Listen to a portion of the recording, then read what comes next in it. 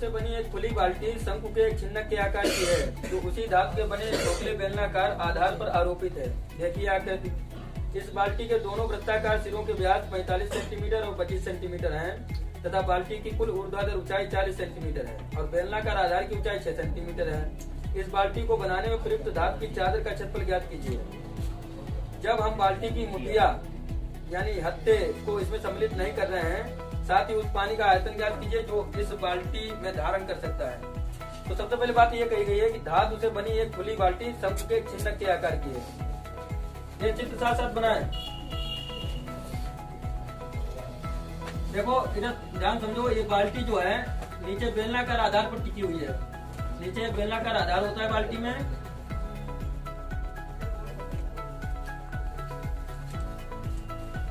इस बेलनाकार आधार पर बाल्टी टिकी हुई है।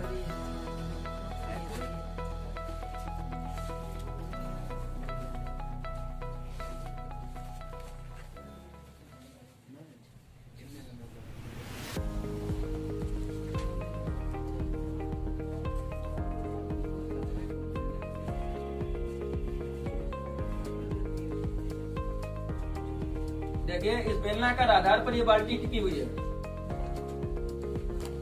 जो उसी धातु के बने खोखले बेलनाकार आधार पर आरोपित है। खोखले बेलनाकार आधार पर आरोपित है। खोखला बेलन है, इस पर ये बाल्टी जो है आधारित है, टिकी हुई है। हत्थों को सम्मिलित नहीं किया जाता है। इस बाल्टी के दोनों वृत्ताकार सिरों के व्यास 45 सेंटीमीटर 25 सेंटीमीटर है। तो देखिए 45 सेंटीमीटर जिसका व्यास होगा वो बड़ा वृत्ताकार सिरा रहा होगा। तो देखिए ये बड़ा वृत्ताकार सिरा है, इसका व्यास है 45 सेंटीमीटर। इसका व्यास कितना है? इसको हम R1 कहते हैं। 2R1 बराबर 45 सेंटीमीटर। 2R1 बराबर 45 सेंटीमीटर। तो R1 कितना हो जाएगा? Apply that R1 equal to 45/2 centimetre. उसके बाद देखो दूसरी त्रिज्या 25 सेंटीमीटर है। त्रिज्या व्यास है 25 सेंटीमीटर। दूसरा व्यास कितना है? 25 centimetre. 2R2 equal to 25 centimetre. तो R2 इक्वल टू कितना आ जाएगा? R2 आ जाएगा 25.2 सेंटीमीटर। उसके बाद बताया गया है कि बाल्टी तथा बाल्टी की कुल ऊर्ध्वाधर ऊंचाई 40 सेंटीमीटर है। इसकी ऊर्ध्वाधर ऊंचाई कितनी है? कुल ऊर्ध्वाधर ऊंचाई बताई गई है। बाल्टी की कुल ऊर्ध्वाधर ऊंचाई कितनी है? 40 सेंटीमीटर। मतलब नीचे से ऊपर तक, यहाँ से लेकर यहाँ तक जो है ऊंचाई कितनी है आपकी? 40 सेंटीमीटर। तो इसको हम कैपिटल एच कहते हैं। कैपिटल एच बराबर कितना है? 40 सेंटीमीटर।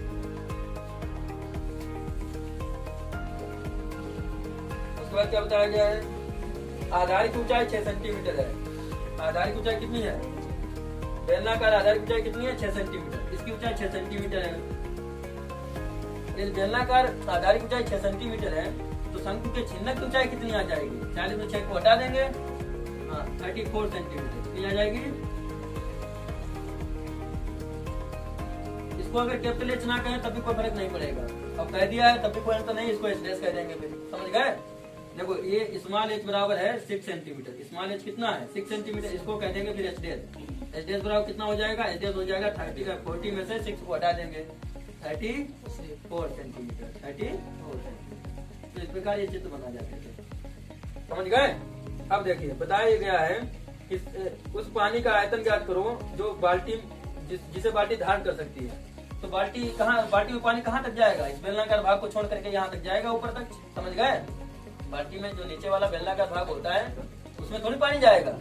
देखा है बेलनाकार भाग नीचे बना रहता है, तो पानी तो केवल इतना ग्रहण करेगा, यानी छिन्नक ही तो पानी ग्रहण करेगा। तो छिन्नक का आयतन निकाल लेंगे, पानी का आयतन आ जाएगा। समझ गए? बताए और भी बताया गया कि इस बाल्टी को बनाने में प्रयुक्त धातु की चादर का क्षेत्रफल ज्ञात कीजिए। तो धातु की चादर का क्षेत्रफल यानी धातु की चादर कहाँ से कहाँ तक लगी होगी? थोड़ा अनुभव करो, कहाँ से कहाँ तक लगी होगी? इसमें लगी होगी, नीचे भी धातु की चादर लगी होगी, क्या वृत्ताकार सिरे में भी लगी होगी? वो तो कोने में लगी होगी ना। तो वृत्ताकार सिरा भी सम्मिलित होगा, बेलन का बकपृष्ठ सम्मिलित होगा, छिन्नक का बकपृष्ठ सम्मिलित होगा। 3 चीजें सम्मिलित होंगी। इस वृत्ताकार भाग का भी क्षेत्रफल सम्मिलित होगा, ये भी इसका बकपृष्ठ सम्मिलित होगा और फिर इसका बेलन का बकपृष्ठ सम्मिलित होगा। तब जाकर के इसका आ जाएगा जो टोटल प्रयोग की गई धातु है। समझ पा रहे कि नहीं समझ पा रहे? तो देखिए क्या है, बताया गया है कि इस बाल्टी को बनाने में प्रयुक्त धातु की चादर का क्षेत्रफल ज्ञात करो। तो बाल्टी को बनाने में प्रयुक्त धातु की चादर का क्षेत्रफल बराबर, बाल्टी को बनाने में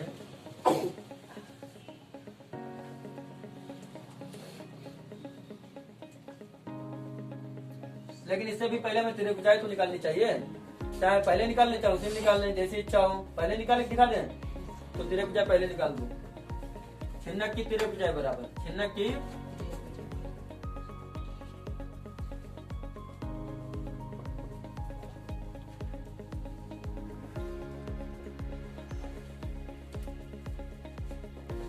तिरक ऊंचाई यल बराबर क्या होता है, under root of H dash का स्क्वायर। इसमें एच क्या है, एच डैश का स्क्वायर प्लस इधर देखो r1 माइनस r2 का whole of r1 minus r2 का होल ऑफ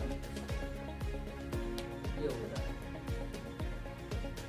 तो यल बराबर under root of H dash का स्क्वायर है, एच डैश का स्क्वायर। तो एच डैश कितना है, एच डैश कितना है 34 का स्क्वायर अब प्लस r1 माइनस r2। तो r1 कितना है, r1 है 45.2, r2 कितना है 25.2। तो 45.2 माइनस 25.2 इसका होल ऑफ स्क्वायर। तो देखिए यल बराबर आ जाएगा अंडर रूट ऑफ 34 का डबल बार मल्टीप्लाई करो फटाफट 1156 प्लस इसमें देखो 2 एलसीएम मिल गया, 45 में से 25 निकल गया, 20 बच गया। इसका होल ऑफ 2 दामन 20, तो इधर 10 बचेगा और 10 दामन 100। तो कितना आ जाएगा 1156 प्लस 100 और 1156 में 100 को जोड़ दीजिए 1200। इसका वर्गमूल होता है निकाल के देखो, ये होता है किसी का, इसका निकालो। वर्गमूल निकालने की बहुत सरल विधि है, 12.56 का वर्गमूल निकालना है। तो भाग्य से निकाल लिया करो, पीछे जोड़े बना लो। कितनी बार जाएगा, 3 तिया 9।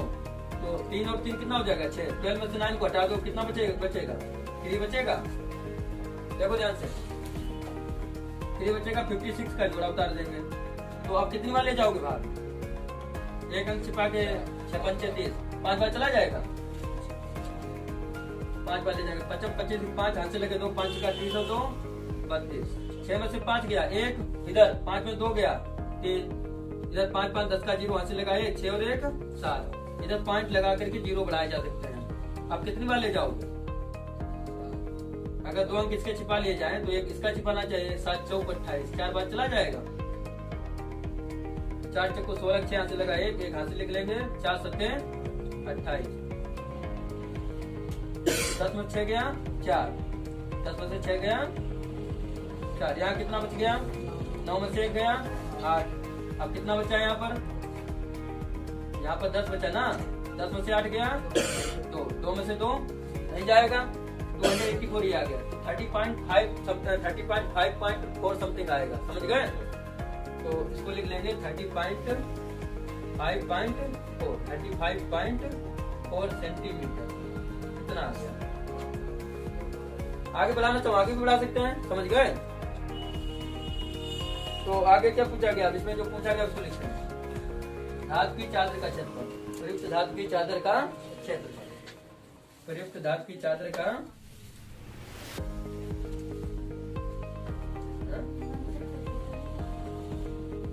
लिखना पड़ेगा फोन को। तो एक बार और बढ़ा लेंगे इसको, समझ गए। एक बार इसको और बढ़ा लेंगे, वो तो जानते हो बढ़ जाएगा। आगे भाग तो देना जानते हो, गुणा करना जानते हो, तो इसमें 4 कर लेंगे फिर, सही है। अब देखो प्रयुक्त धातु की चादर का क्षेत्रफल, प्रयुक्त धातु की चादर का क्षेत्रफल। प्रशांत बताइए, धातु की चादर में किसका किसका क्षेत्रफल सम्मिलित हो जाएगा, खड़े हो बताओ। धातु की चादर में किसका किसका क्षेत्रफल सम्मिलित हो जाएगा, वक्रपष्टी क्षेत्रफल। और शंकु छिन्नक का वक्रपष्टी क्षेत्रफल क्या होता है, छिन्नक ये है, छिन्नक की ऊंचाई कितनी है s डैश, इधर छिन्नक की ऊंचाई कितनी है s डैश, तो पाई s डैश ब्रैकेट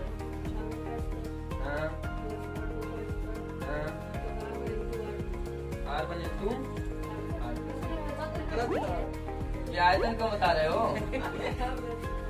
आयतन में वक्रपष्टी बताना है, वक्रपष्टी बताना। हाँ पाई r1 plus r2 into L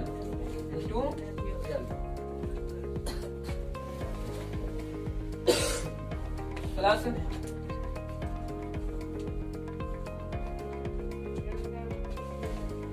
बेलन का फैक्टर टीचर को क्या होता है 2 पाई आर इसकी कौन सी आर लेंगे R2, इसकी आर कौन सी ले लेनी चाहिए, इसी बेस पर बना था, इसकी R2 2 पाई R2 इंटू H प्लस इधर इसके आधार का क्षेत्रफल पाई R2 स्क्वायर पाई R2। हाँ तो देखो ना इसी आधार पर बेलन बना हुआ है तो पाई R2 स्क्वायर। कामन क्या मिल रहा पूरे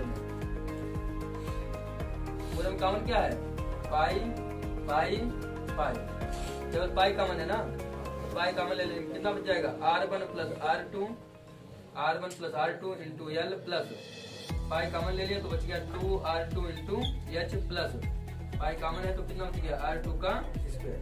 अब वैल्यू रख देंगे, पाई मान कितना रखने बोला गया इसमें 22/7 तो 22/7 रख दिया। R1 प्लस R1 कितना है R1 देखो इधर 45.2 R2 कितना 25.2 तो आप रख देंगे 45.2 प्लस का 25/2 ब्रैकेट बंद इंटू L कितना आया, L आया 35.44 प्लस 2 इंटू R2 कितना है R2 देखें तो 25.2 इंटू H स्मॉल h कितना है स्मॉल h, ये h किसका था ये बेलन का h था, बेलन की ऊंचाई कितनी थी 6 तो यहाँ पर 6 रख देंगे प्लस R2 का स्क्वायर, R2 कितना है R2 25.2 R2 कितना आपका 25.2 यहाँ रख देंगे 25.2 इसका होल ऑफ स्क्वायर। अब इसको सरल करेंगे 22/7 2 और 2 समान है ऐसे समान रहेगा 45 में 25 को जोड़ दो कितना बनेगा जाकर 70 का हाफ कर दो 35 तो यहाँ पर आ गया 35 इधर मल्टीप्लाई बाई 35.44 इधर 2 से 2 कैंसिल हो गया 25 का 6 मल्टीप्लाई कर दो 150 हो जाएगा प्लस का 150 इधर 25 का 25 बार गुना करो 625 और 2 का कर दो 2 बार 625/4 इतना आ गया। क्या उतारना चाहेंगे इसके आगे तू कैलकुलेशन कर लोगे, गुणा भागे और कुछ नहीं है, समझ गए।